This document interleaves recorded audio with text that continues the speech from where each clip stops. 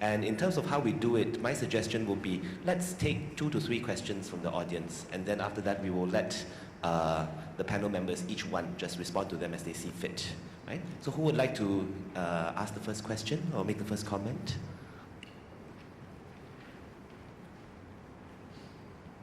Okay, while waiting for you to formulate your questions, just now the last scene, the epilogue of Gemuk Girls, we actually screened at the workshop for Singapore Dreaming last year, and it's now part of the video that you will see outside when you walk out the main hall. It's part of that loop, and you will be able to see the full scene. I watched it, I think, two or three times when it was being staged, and I think many damp eyes in the in the room. Wonderful performance and wonderful script. Would anyone like to ask the first question?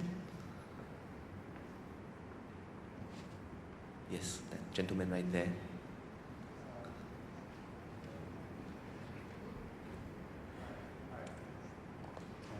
Hello, hi.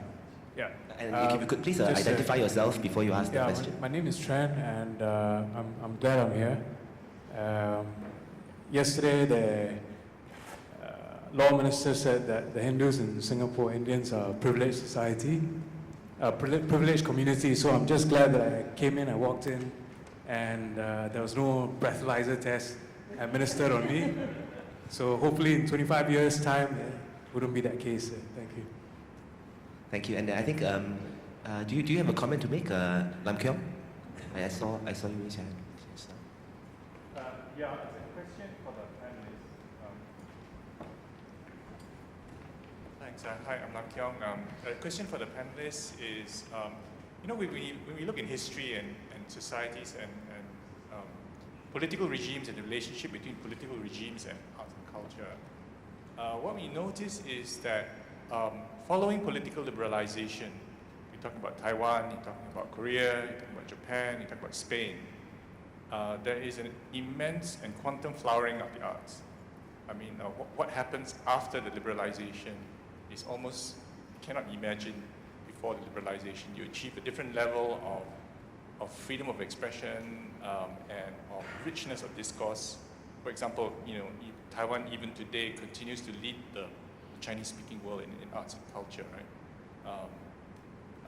Post, you know, Zhang Jingguo. So, do you imagine, can you dream that something similar could happen in Singapore? And I think maybe we can take 1 or 2 more. Anyone else want to venture? Yes, that Claire, is it? Hi, my name is Claire. Actually, I have a question in terms of the racialized narrative with which we all discuss culture and society, I suppose. And the question is, you know, it's this established narrative that we cannot have a Malay foreign minister, an Indian prime minister, and so forth. It seems quite ingrained when you talk to a lot of people. And I feel that somehow, over the years, this has not been properly challenged. And I'm just wondering, going forward, you know, where are we? Because it seems that the conversation, the discussion is very racialized, and it's almost taken for granted that it's racialized. So going forward, when you look at younger people, they don't think of it that way. So how does this conversation move forward? What do we dream of? Can I just dream of having a good prime minister or president without dreaming of his race? That's the question I just wanted to pose. Thank you. Okay, and Calvin? Hi, I'm Calvin. I thought that was a fantastic session, really enjoyed it, and the context of it all was really important. Is there a way this can be put forth to a broader audience for the younger people in Singapore to see? Because I think this isn't a question about the arts. This is a struggle of identity, transparency, honesty. This is puberty. This is growing up. It's fantastic in this room. And, you know, I'm not an arts kind of attendee in any, but I'm really, you know, you see the struggle that Alvin talked about and the duality that we had to live in. I thought that was fantastic. So if the younger people, or to a broader audience out there, could see all this, you can see there is people planting the seeds. We just need more people watering it along the way. Okay. I think just based on, I think we have several themes there on what happens after liberalization for the arts. We have the racialization question, and then we have this, how do we take this forward, or how do we propagate this? So just on any of these themes, or all of these themes, would you just like to share your thoughts?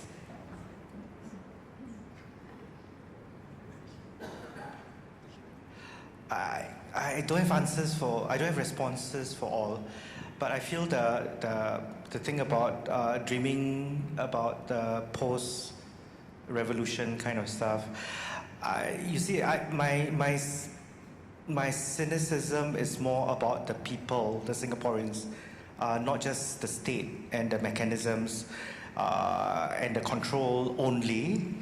That's necessary but insufficient.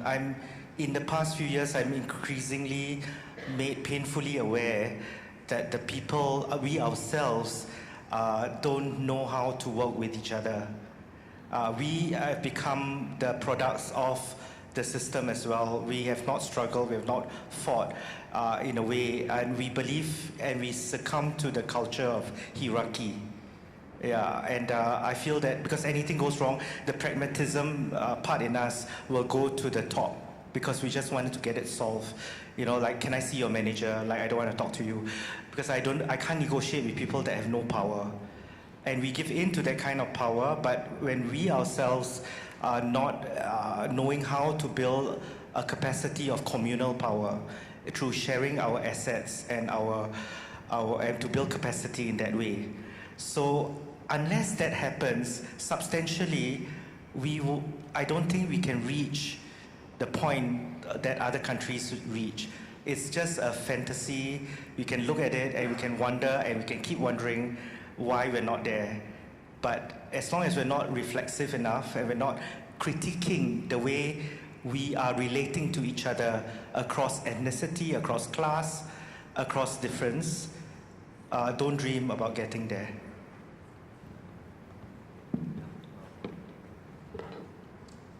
Okay, I'll take the next question about the non-Chinese Prime Minister. I think there's a survey that was done once about whether young Singaporeans would be accepting of a non-Chinese Prime Minister, and actually a resounding number, overwhelming in fact, actually said, race did not matter. So I think this really is a very complex issue of, do we as a people, do we really get to decide who becomes Prime Minister in this country? I think that's also the structural question that needs to be addressed, yeah? And can we really have that kind of a diversity in the cabinet if within Parliament we don't have multi-party diversity to begin with? Yeah, and also certain things, I think, like let's say, if politicians are picked from people who've gone through the military career track, yeah, and if those certain posts, if you can't have, say, a general or chief of army who's of a certain race, then obviously that needs to go through some reform first before we can potentially get candidates who might become prime ministerial material. So I do think it's really quite complex, and then even the selection process, secretive cadre system, so it's also about how much can we choose? What kind of participatory democracy do we live in? We might wish for it to happen, but if it's at a level of very secretive elite governance, then I think it's still very impermeable. We can't penetrate it as the people, as the rakyat. Yeah. Yeah, those were big questions. Maybe in responding to the question, I would also take the chance to reflect on the regime question that is maybe Lam Kiong, right?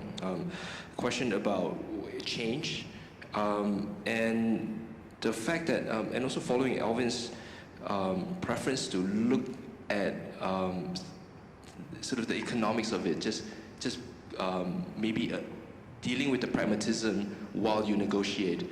And I thought that pragmatism may not be necessarily a negative thing, in that even in, let's say, Eunice's notion of a diaspora, that is, you don't have clear allegiances, and sometimes it's very self-centered, and is more of a kind of localized in the sense that maybe the identities are not national, the identities are more maybe topical.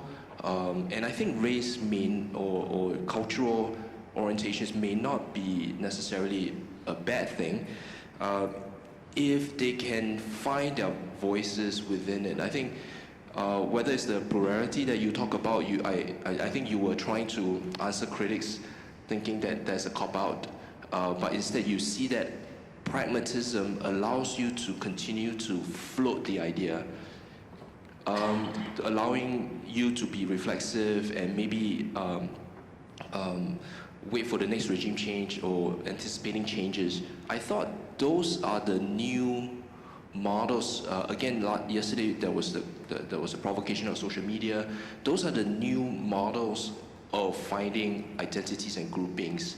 And of course, Eunice's point was about the post-national. That is, while yes, I think the reality of local groups are looking at funding, are looking at audiences, are looking at people that they can speak to in a direct and meaningful way, but they are, maybe we cannot assume that they all share that same singular background or aspiration anymore. I think they are much more varied, and I wonder if Singapore is unwittingly equipping itself, whether it's the kind of Anglo-Saxon kind of tendencies to throw Singaporeans into the furthest ends of the globe and they come back and they cycle through, and I wonder if that ecology is the new ecology.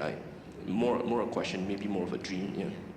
Okay, on that very thought-provoking note, I think we will end this morning session. May I expect all of you back at 11:35 for the next session? So we are running 20 minutes late, and all the other programs will push back until lunch, 20 minutes later. And please feel free to engage the speakers and the presenters who will be around at the break and at lunch. Thank you very much. Please join me in thanking them.